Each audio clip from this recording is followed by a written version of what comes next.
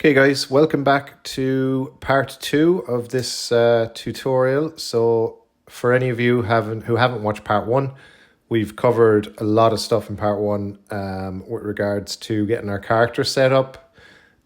So we composited this first shot in part 1. So now we're going to be jumping over to this next shot number 3 this would be. This is 1, 2 and 3. So we're going to grab our clip, right click and go to replace with an After Effects composition. That's going to open up After Effects for us. And we need to save this. I'm going to put it into the same folder as our last one. And now that's opened it up in After Effects and created us a composition. Okay, so the only reason we're doing this now, as I said in the previous tutorial, we were using the After Effects tracker, and I mentioned some issues with the After Effects camera tracker in part 1 of this tutorial. So in this one, we're going to be using the Cinema 4D native camera tracker so that we can avoid the issues that we get in After Effects. So for any of you who haven't watched part 1, you won't have this footage. I've linked it all in the description below. Everything you need, you'll find in the description below. So now we can send this out to render as an image sequence, because we're going to need it as an image sequence so we can apply it as a background on our Redshift camera in Cinema 4D. Let's go to Composition and Add to Render Queue.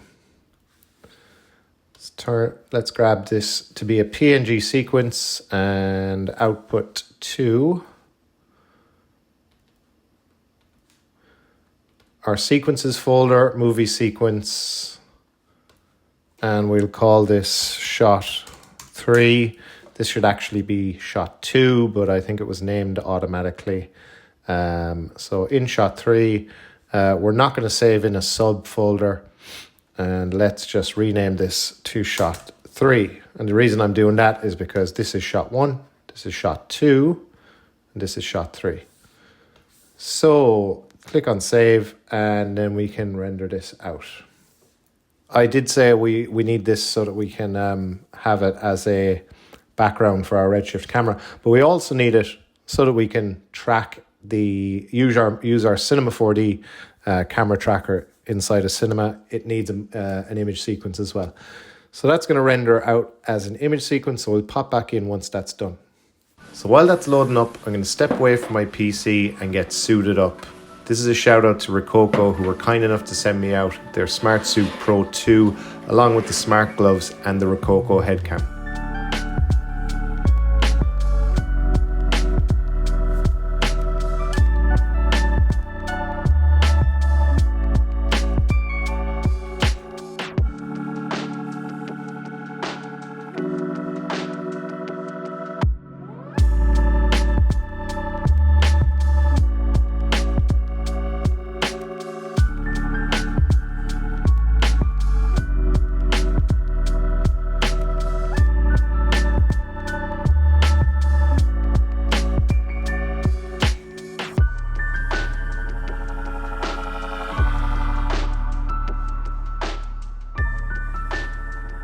If you guys are interested in any Rokoko products, head over to rokoko.com now and you'll get 5% off any order.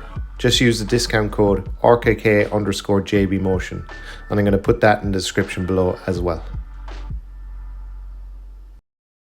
Okay, so that image sequence has rendered out, and I just noticed that I need to fix my window here so you guys can see everything. Okay. So image sequence rendered, we can just do a file save and we can hop into Cinema.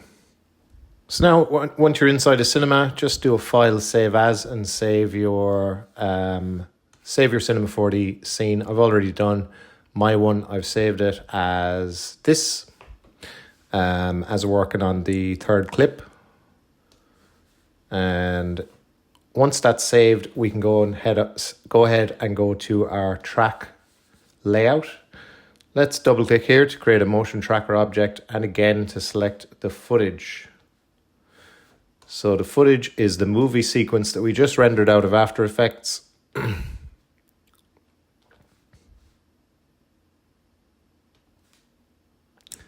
And here it is. You can click on any of these frames. Let's increase the resampling here and let's load all of these frames into cache. You can see that each frame is being loaded into cache so that once that's done, we'll get a smoother playback. Now that's fully loaded into cache, so you'll see now we're getting a nice smooth playback. Let's just do some house cleaning here. What's it called? Housekeeping. Hit Control D and we can check that our frame rate is set to 30 frames per second. Now, if we go into our After Effects file and go into our composition that we just rendered out, hit Control K. Now that should be 25 frames per second. So we need to make sure that everything is aligned with regards to our frame rates in everything we're doing. So set that to 25.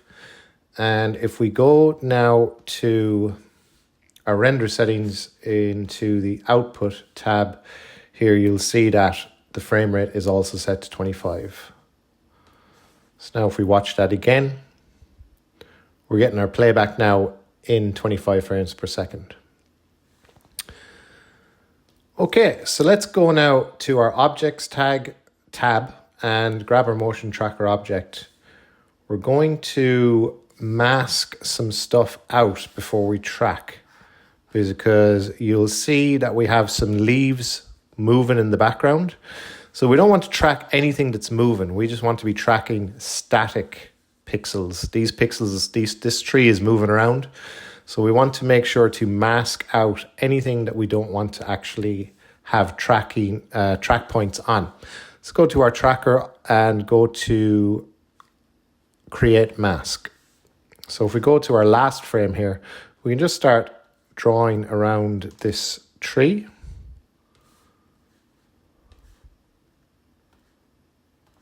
Something like that. And we can hit 0 to get your lasso selection tool. So put your index finger on the 0 on your keyboard, put your pinky on the E. E is the move tool. So back to 0, we grab this, back to E, the move tool, and we can move it. Now that's created a keyframe. If we go back, we can start adjusting our mask as we go, so that it's going to be animated. So now you can see what's happening here. So let's keep doing that until our mask is covering the tree at each of the frames. So something like that. So if we click on the tag here, we can check that this is active from frame 0 up until frame 168. Now, we don't need it to be active until about here. So we can say on frame 90 it's active up until the last frame. And make sure exclude from mask is checked, because we want to exclude everything inside the mask. Cool. So we have to do that again because we have some moving leaves here as well, which we also don't want to track. Let's again go to our last frame again and let's save. Keep saving. Let's go to Tracker, Create Mask, and let's create a mask around these leaves. Again, hit 0 on your keyboard to get your rectangle selection and then E to move it. It'll create a keyframe. Let's scrub back. 0 to grab everything, E to select it all and move it up. And again, we just want to 0 it, 0 to select it and E to move it up. We can even just make this smaller as well. So this should be active from frame 95, we'll say. So let's select it and tell it to be active from frame 95. And again, make sure exclude from mask is ticked. So if we play that, you can see both of our masks are animated. So we're not going to be tracking anything from inside of those. Cool. So let's do a file save. And we need to, now we can start adding our track points.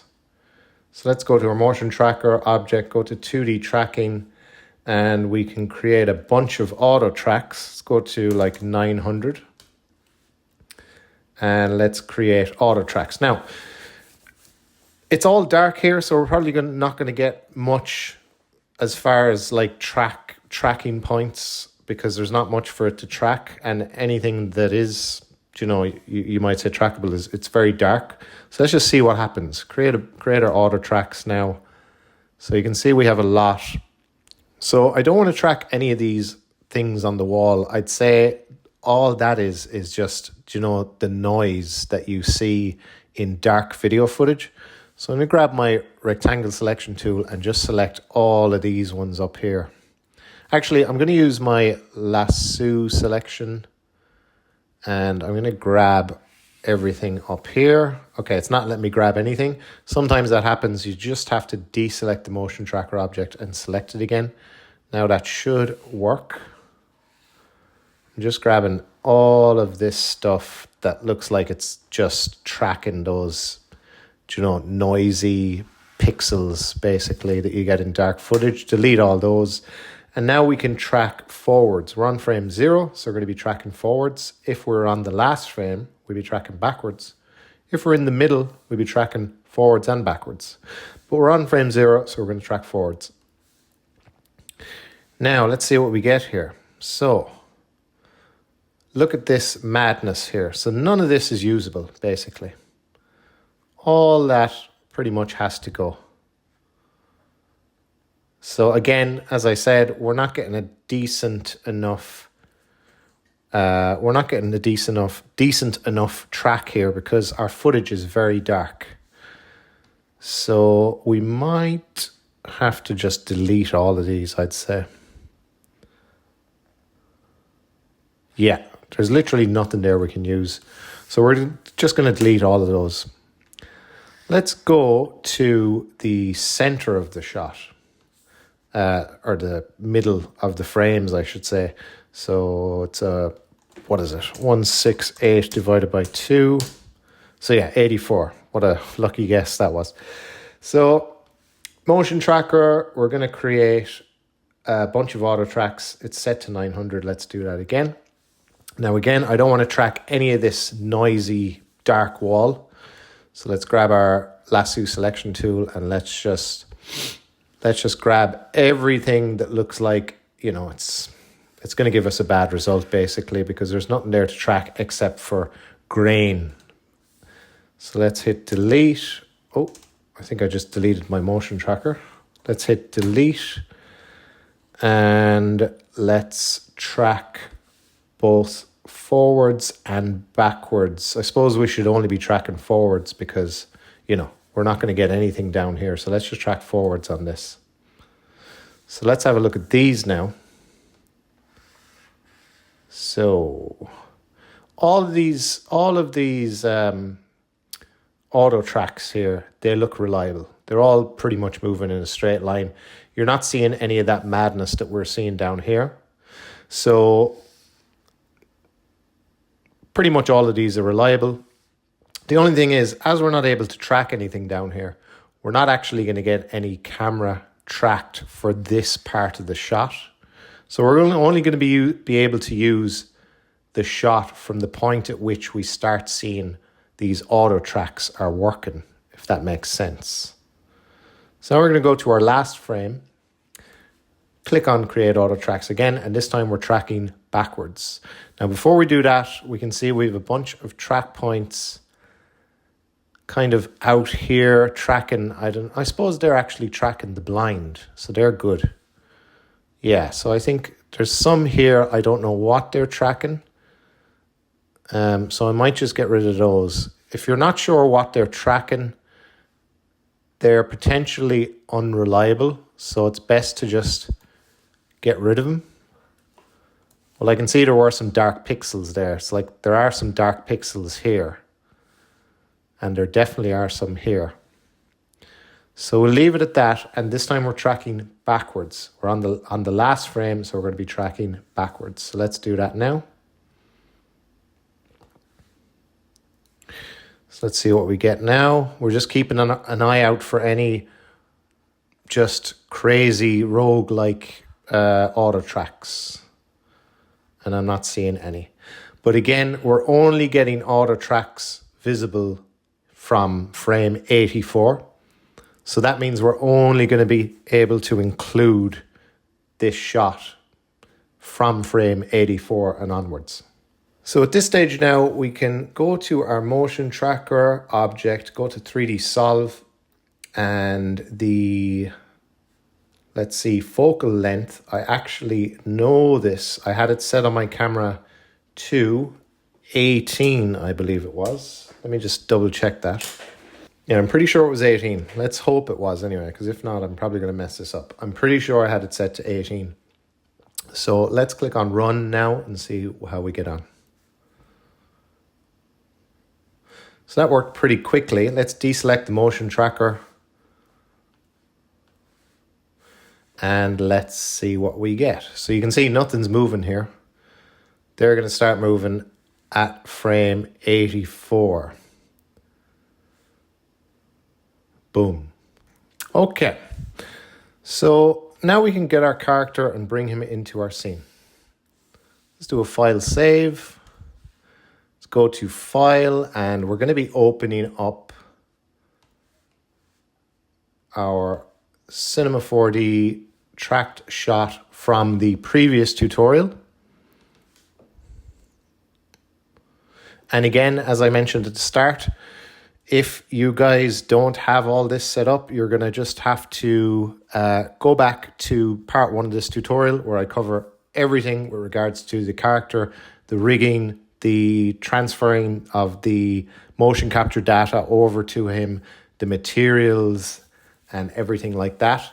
So if you guys have missed all that, you might just have to go back to part 1 and just kind of skip ahead to the parts where we are setting up the character. So I'm going to grab the creepy guy character. This is him. Hit Control C, and let's go back and hit Control V. So he's popped in somewhere. I'm not sure where he is. There he is. So let's get him kind of in front of the camera. Let's make sure we're back in, we need to go back to model mode. And let's get him positioned. So there he is there. We have to move him up. Creepy guy, move him up. So there he is there. I mean, size-wise, I suppose he could be pretty big. We might have to scale him down a little bit. We'll see. So let's have a look at this now. So you can see nothing's tracked here. It's only from frame 84 that we actually see some, we actually see that camera movement. So we may as well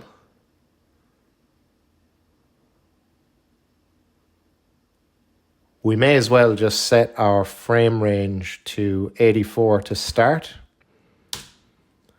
And we can leave that then at frame 168. So let's go 168, 168.33 on that.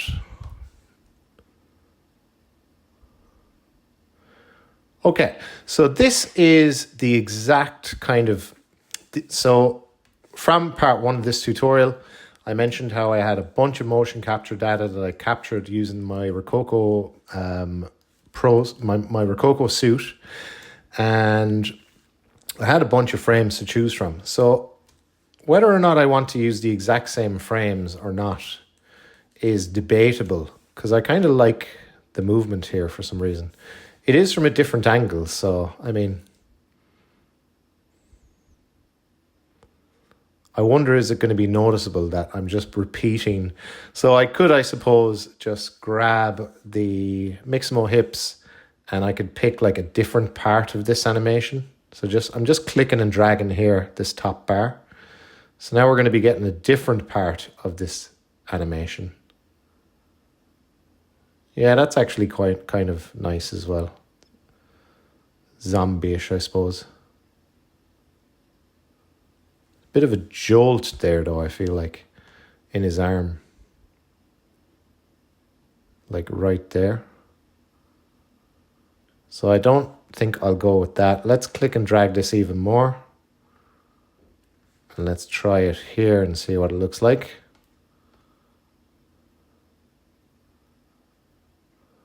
Not a fan of that part either, to be honest. Let's go a bit... oh, we're right at the end now.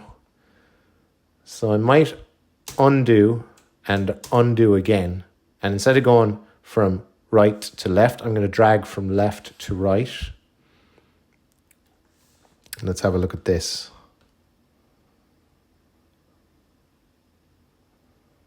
I would like a bit more head movement.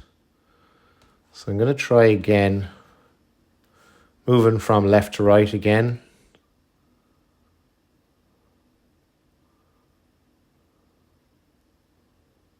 Okay, I think I like that one.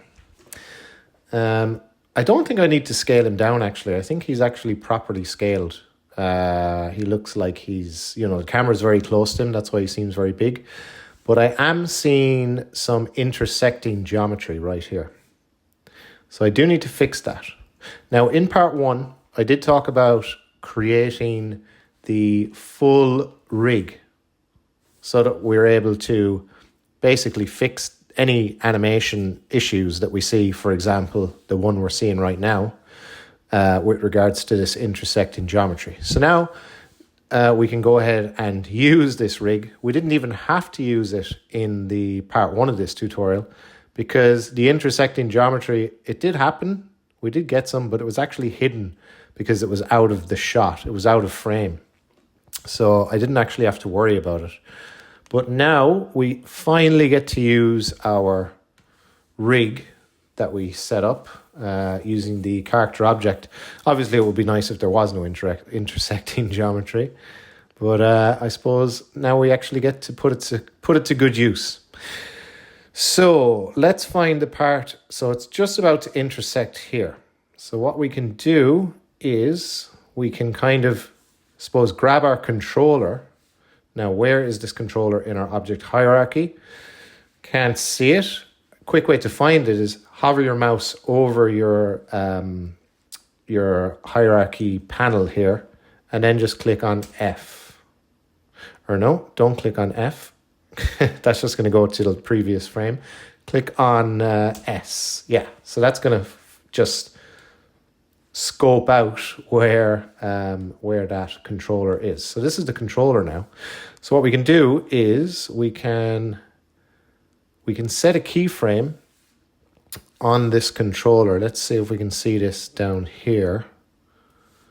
So grab this, we're going to set a keyframe. That keyframe is here. And we're going to go to the part at which it's intersecting, just about here. I'm going to move that out away from the leg. And let's grab another keyframe. So you can see we're just making changes here. We're making additive changes on top of the existing animation using the character rig that we set up in part one of this tutorial. So now we have those keyframes. So now that is no longer intersect. Well, it's going to try and intersect again. So we can push that out even more and grab another keyframe like that. So now we no longer have that intersecting geometry problem. So that was a nice and quick and easy fix. Now again, setting up this rig, it did take a bit of time when we did it here. It did take a bit of time, but it's totally worth it so you can correct little issues you have with your animation when you need to. So let's do a file save and let's have a look at this.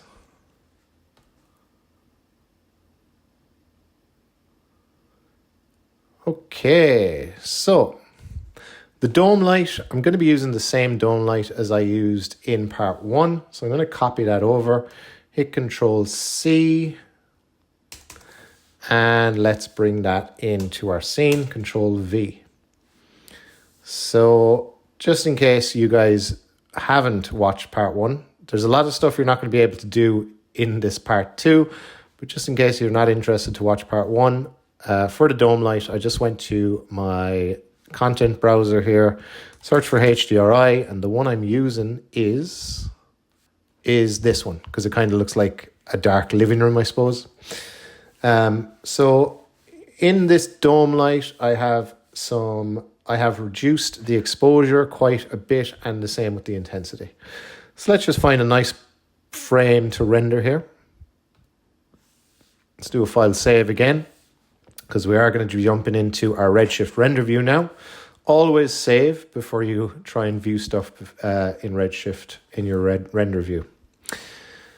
So let's have a look at this. Okay, so it's looking pretty good. I'd like to be able to see the background.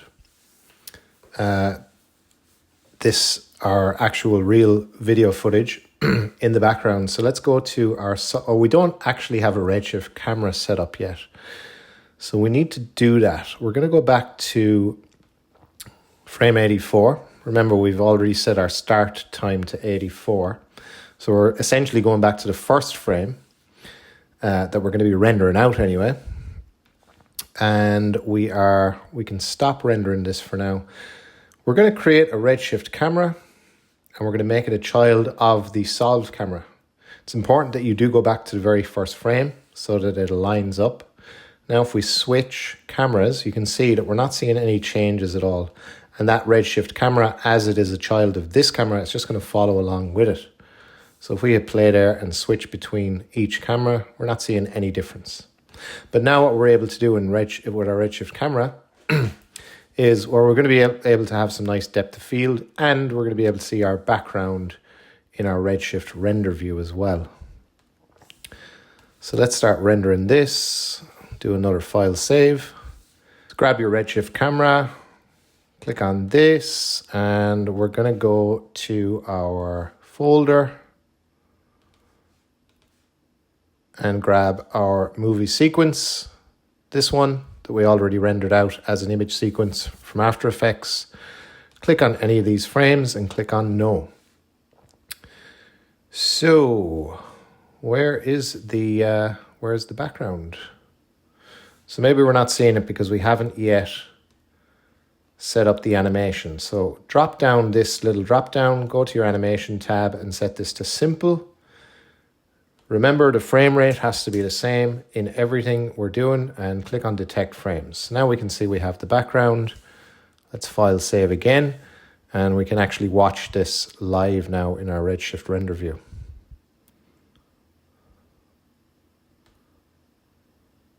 Okay, so I want to go to around here, and let's kind of adjust our dome light, the rotation of it. Let's try and get those shadows kind of behind him, like that. Like we are getting some specular highlights on his arm at the back. So there's not really much I can do about that unless I change the HDRI, but we'll make do with that. Or you can kind of rotate it so that those specular highlights are kind of going around the side. It makes it a bit more believable. We could bring down the exposure. Something like that, maybe.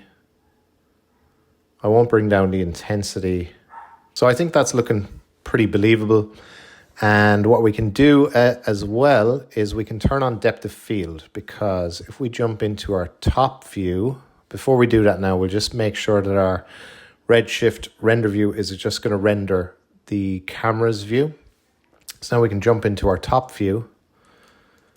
And let's see. So you can see his elbow is quite close to the camera.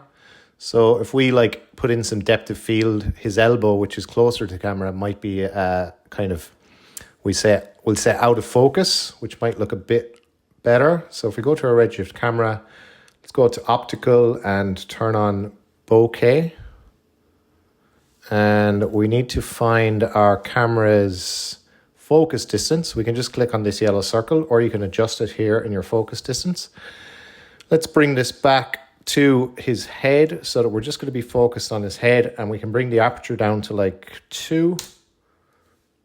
So if we go to original size, you can see there we're getting some blur. It might be a bit hard to see. If we bring this down to like 0.2, you can see now we're really seeing it, but that's going to be too much. Let's fit to window. So we'll go up to 1. If we turn this off and on. So we are getting a little bit of depth of field, but it's not very dramatic. We could grab our creepy guy. We could do a file save, and we could kind of rotate him so that his elbow is going to be even closer to the camera, and then kind of move him over a little bit. Something like that. So now we're getting even more depth of field here, but his head is going to be in focus. So that could be cooler. I just want to make sure that the shot still looks good, like with the camera after making that change. And if it doesn't, I'm just going to undo those changes. So I'm just stop rendering. Let's hit play. Yeah, I think that's okay.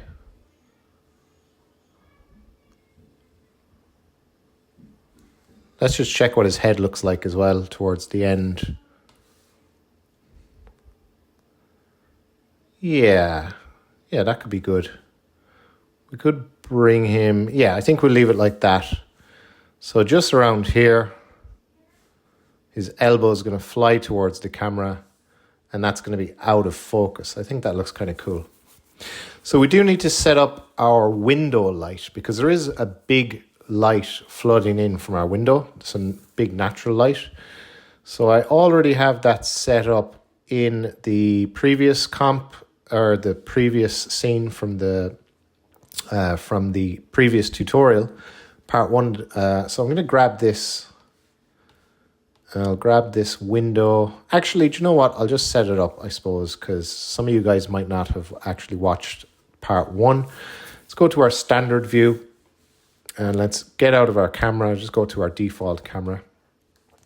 So you can see our track points are actually telling us exactly where our windows are, which is handy enough. Well, it's actually telling us where this one is and kind of where this one is.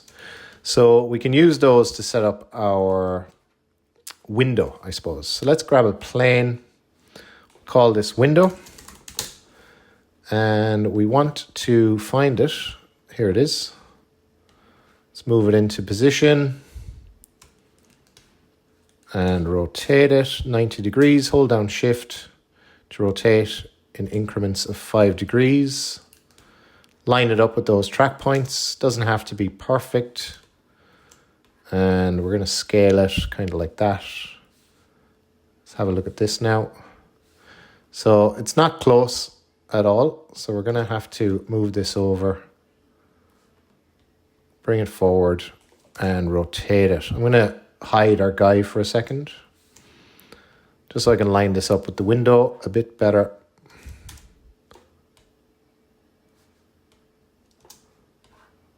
And again, this doesn't have to be perfectly lined up at all. And I'm going to duplicate this, hold down Control, click and drag, so we can get another one over here.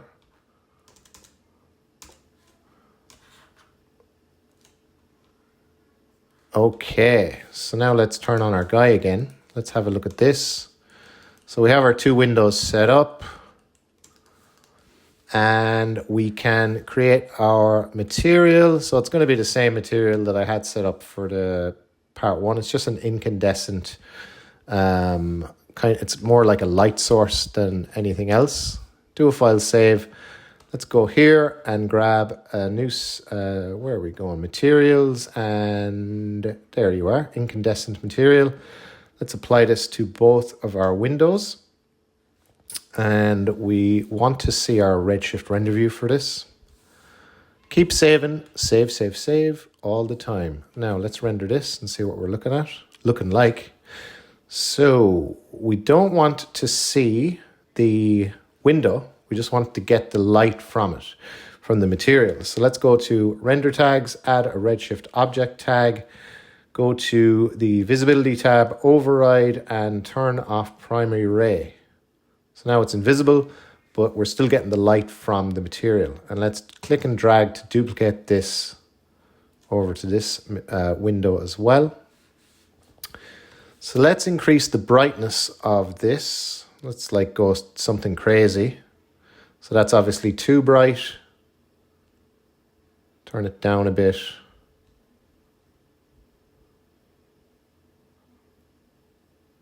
Maybe we could change the color of this to like a little bit blue. That's a lot blue. We just want a tiny bit blue.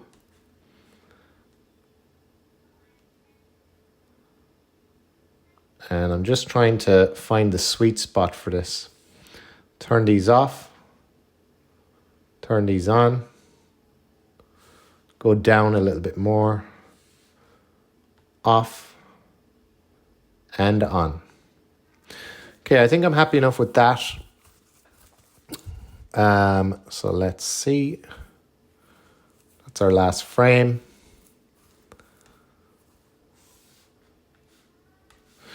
So let's just watch all of this again.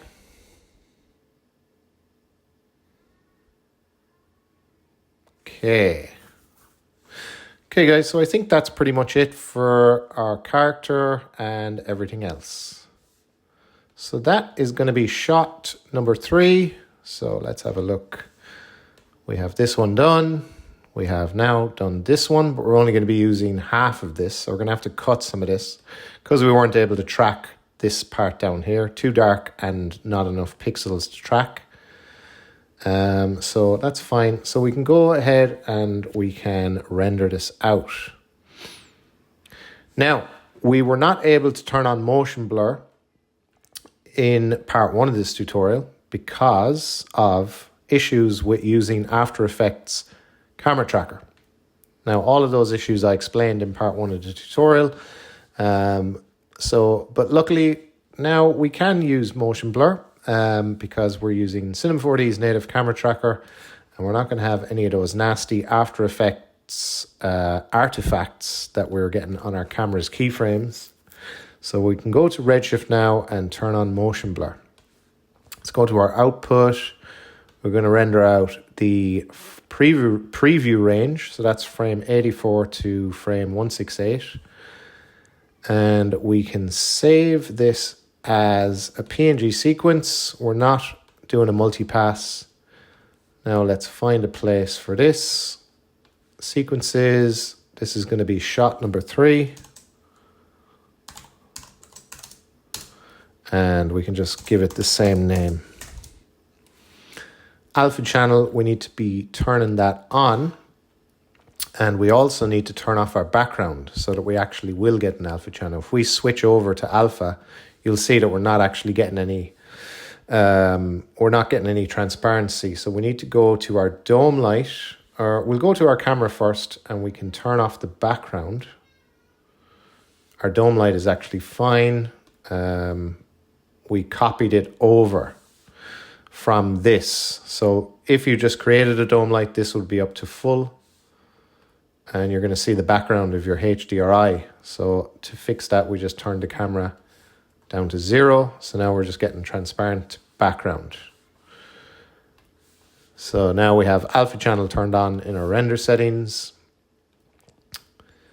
We have motion blur turned on, and that is good to go. Let's do a file, save. I'm going to close this down and not save the changes. And we'll do one more, have a look at this. Just one more look at this.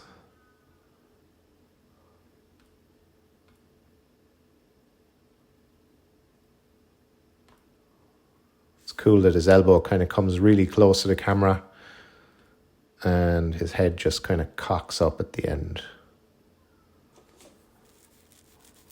Okay, let's just have a quick look at this material for a second. I want to see if we can maybe reduce the coat, see if that does anything for us. Let's play with the subsurface scattering. Change the color to red. Does that look any better? I don't know. Hard to tell. Let's bring it down to 0. Yeah, I think that looks a bit better with a bit of subsurface scattered on it. So we'll leave it like that. Let's stop rendering the Redshift render view, hit save. And we can start rendering this out to picture viewer, or you can use your render queue. I'm going to use the picture viewer. So let's do that now. And it's going to start rendering out.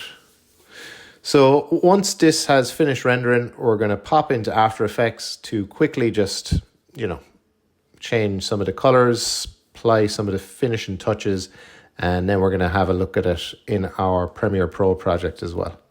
So we'll pop back in once this is finished rendering. Okay guys, so that's finished rendering now. So we can hop into After Effects and we can double click on this panel. And let's bring in the sequence that we just rendered out. Make sure PNG sequence is selected and just click on any of these frames. Now we need to hit Ctrl-Alt-G with this sequence selected so that we can interpret the footage to set the frames per second to 25 frames per second. Click OK and let's drag this in. Now we have only rendered from frame 84. So let's go to After Effects. Let's find frame 84. We can check what frame we're on here. And we just need to go to frame 84, which is here. And we can just make this start at frame 84. So we're going to play that now. And you can see that we have our shot in there. So remember, we only rendered out. We didn't have any tracked camera from this point. So we're missing a good chunk of this.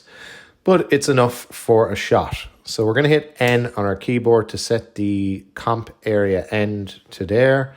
And we're going to set B. We're going to use B on our keyboard to set the work area start to there. So we're just going to see what we have rendered out.